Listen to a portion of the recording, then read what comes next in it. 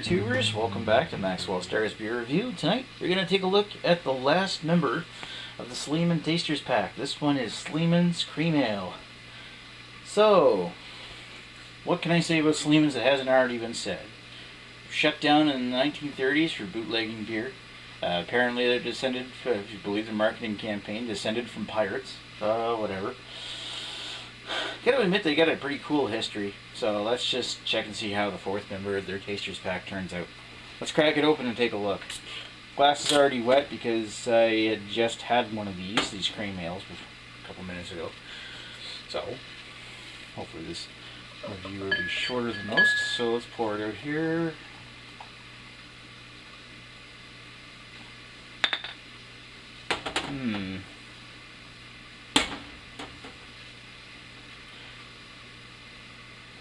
Got a little bit over a finger ahead. I poured it kind of aggressively though. Decent amount of carbonation in that beer. It's got like a golden yellow kind of color.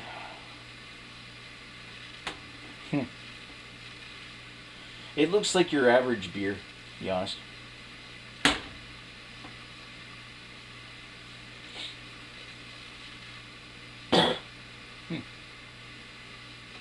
So, let's give it a sniff.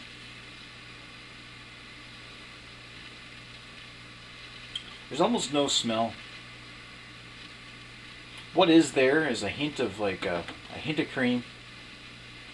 But most part it's like an apple-y kind of hop character with a slight bit of skunkiness. Not surprising given that it's a clear bottle.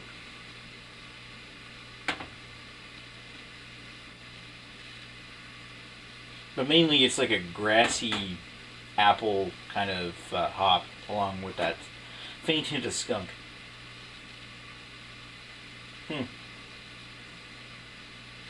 Not really a whole lot of character in that smell. It just basically smells like beer. Let's give it a taste.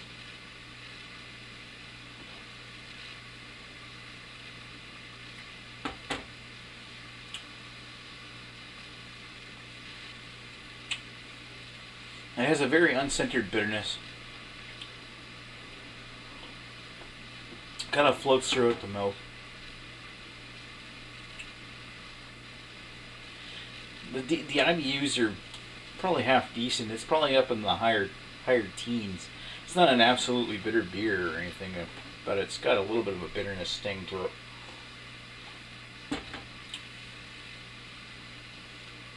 It's got a bit of a bitter, grassy sweetness flavor to it. Hints of green apple, sour grapefruit, and that taste typically centers itself on the mid-tongue. That apple grapefruit kind of taste.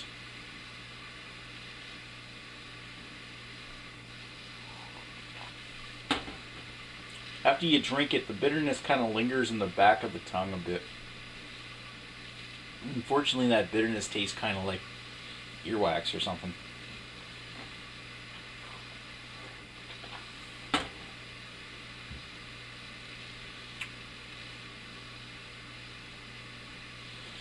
The aftertaste comes out with a bit of a toasted grain taste. But one of the toasted grains in there that's obvious is that they use some corn. And that's obvious that they use that as an adjunct in the beer. It kind of comes out in the aftertaste.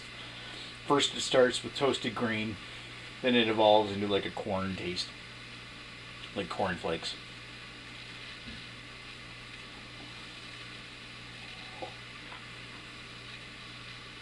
Yeah.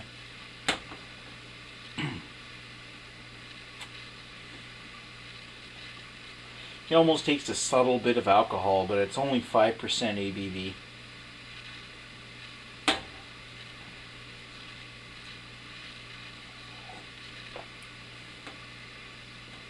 It's got a bit of a, as far as mouthfeel goes, it's got a medium light mouthfeel.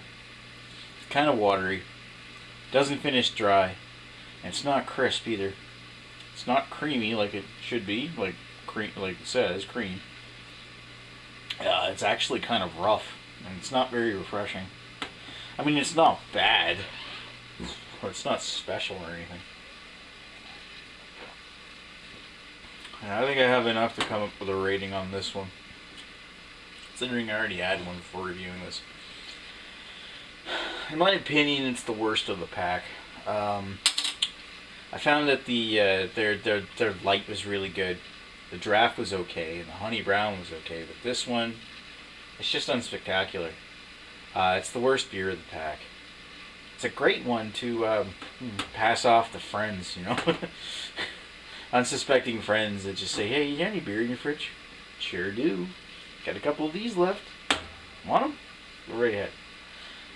I can't say it's that bad. Like it's got some like qualifying merits. I mean, as far as beers go, it's actually got a decent amount of flavor. It's just that flavor isn't anything special. It's just beer. It doesn't strike me as a fairly pleasant tasting beer. It's just bitter earwax grain. It's one that I wouldn't, like if I had the choice of this and then Moosehead Lager or even Moosehead's Pale Ale, which is really good, or any kind of Pale Ale, I'd rather have something else other than this. If I was handed this one, saying because it was free, I'd probably drink it, but it's not like I would call it a preference. There's better beers out there, there's better ales out there, and I don't know if I can really give this one a passing grade. Like if you were to buy this by itself, I wouldn't recommend it. If I were to try it in the Taster's Pack, I'd just save it for last. As such, I'm going to give it a 2 out of 5. I can't say I'm a very big fan of the Sleeman Cream Ale. Not that Sleeman makes very bad beers, because they do. They make some pretty... they do. But they do. They make some actually pretty good beers. It's just that this one is the runt of the litter. So 2 out of 5. Anyway, thanks for watching Maxwell Starr's beer reviews. And tune in next time for more stuff on beer. If you love beer, subscribe to my channel. Alright, talk to you later. Bye.